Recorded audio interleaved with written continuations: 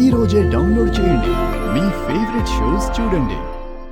ఇక్కడున్న వాళ్ళంతా నీ వాళ్ళే వదిన. మనసు విప్పి చెప్పు, అర్థం చేసుకుంటాం. కనీసం నీ మనసైనా తేలిక పడుతుంది. సూపర్ గా చెప్పావు ప్రశాంత్. ఈ మధ్య నువ్వు మహర్షిలా మారిన బోయేవాడ్లా కనిపిస్తున్నావు తెలుసా? నాకు నిజం తెలియాలి. ఏం చేశావు డబ్బు తెచ్చావు? రామా, మన మధ్యన ఏముందో పక్కన పెడదాం. ఒక శ్రేయోభిలాషిలా, ఒక తోడి కోడల్లా, ఒక సిస్టర్ లాగా అడుగుతున్నాను. పోనీ నలుగురిలో చెప్పలేకపోతే నాకొక్కదానికే చెప్పు. నేను వీళ్ళకి అర్థమయ్యేలా చెప్తాను.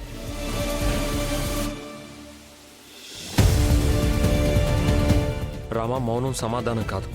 నోరు తెరిచి నిజం చెప్పి ఇంట్లోకి రా, లేదంటే నేను బయటకు వచ్చేస్తాను.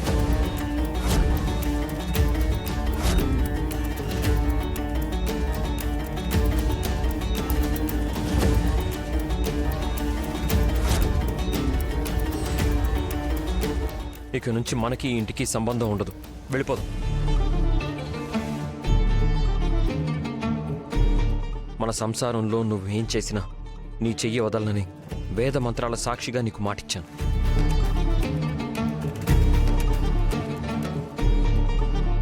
మీరు ఎక్కడికి వెళ్లాల్సిన అవసరం లేదురా.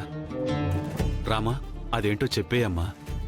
నువ్వు మౌనంగా ఉండే కొద్దీ నిన్ను మరింత నిందిస్తారు, ఇంకా నిలదీస్తారమ్మా.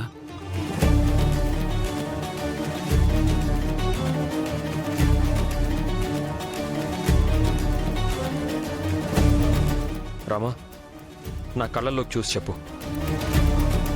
నువ్వు మోసం చేస్తున్నావు అనే మాటని నేను తట్టుకోలేను. నాకు నిజం తెలియాలి. నెక్స్ట్ జరగబోయే స్టేట్ లెవెల్ కాంపిటీషన్లో నువ్వు విన్న వాళ్ళు రామా. నువ్వు గ్రౌండ్లో కొట్టే ప్రతి గోల్కి నేను ఈల వేస్తూ ఎంజాయ్ చేయాలనుకుంటున్నాను.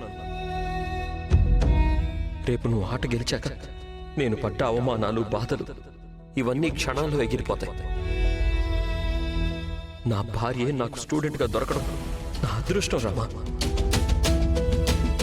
నువ్వు సాధించే విజయం నువ్వు నాకిచ్చే అతిపెద్ద కట్నం Rama. I love you so much.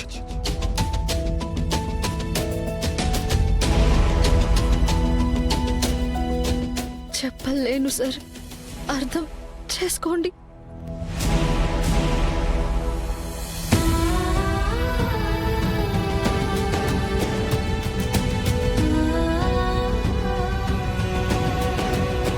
చూసావురా, నీకు కూడా చెప్పలేనంటుంది.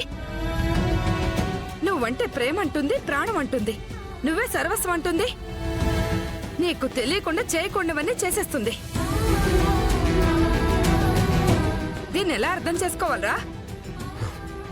వదిలేయమ్మా.